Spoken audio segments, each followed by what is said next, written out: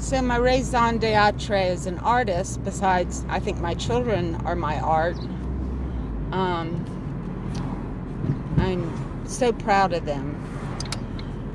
But so about, let's say 14 years ago, I think I was in delusion, but I came up with the idea of World Preschool.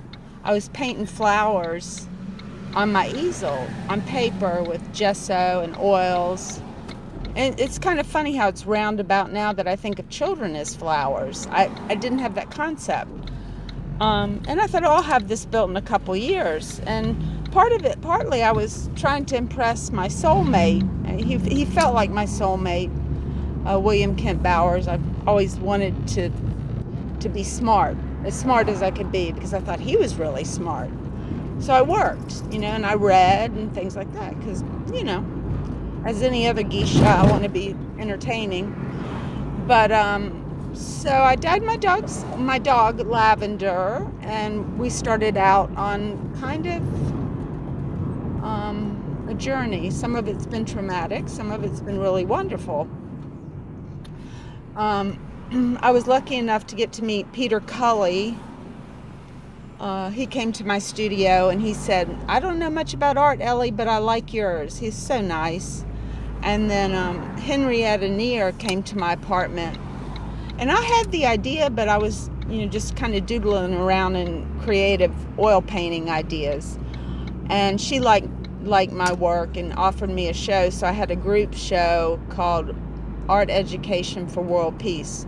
And I met Peter Cully there.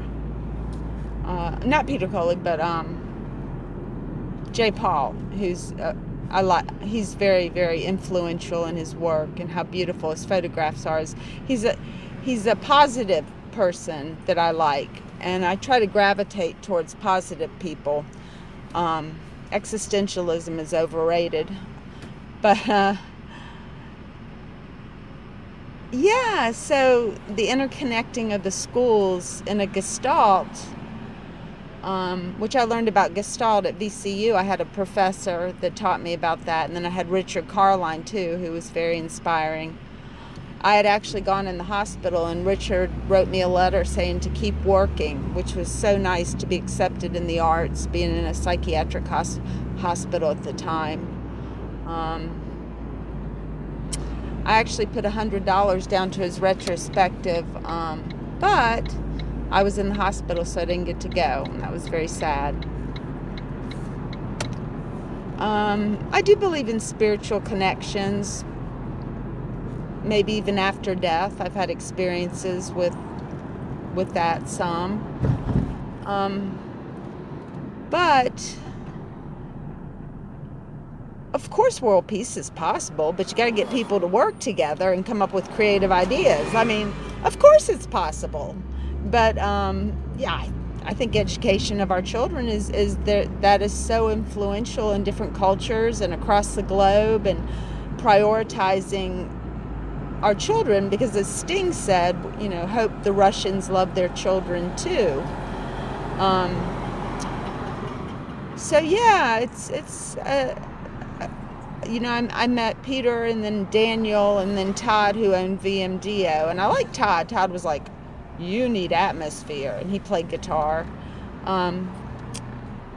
So I do think a small school can have an effect on a community, and then when you affect a community, then you expect it to go on further, because it's like a small seed that is thrown out on the hard ground, and you're kind of waiting for rain. So to stick with it, I've been doing this. I think I met Emily Smith about 10 years ago, and she was so kind. She came up to me. I said, "What the hell do I know? Why do I have this idea?"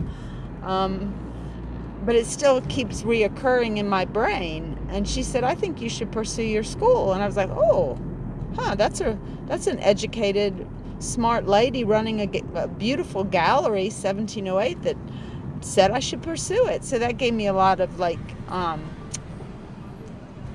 gifts of acknowledgement from these people. And then of course the VMFA said they liked my vision and accepted a piece of art, which that's almost enough in a lifetime to get a piece of art in a museum. That's like the dream of almost every fine artist.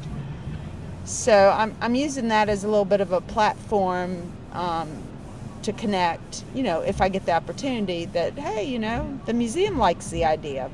So hopefully that, I know you have to get an audience and get them to want to listen to you, and I'm not sure how to go about doing that. I don't know. And when I'm manic, I'm not that popular. People avoid me like the plague. Oh God, here she comes. But now that I'm doing better, I think I'm better able to make connections with people.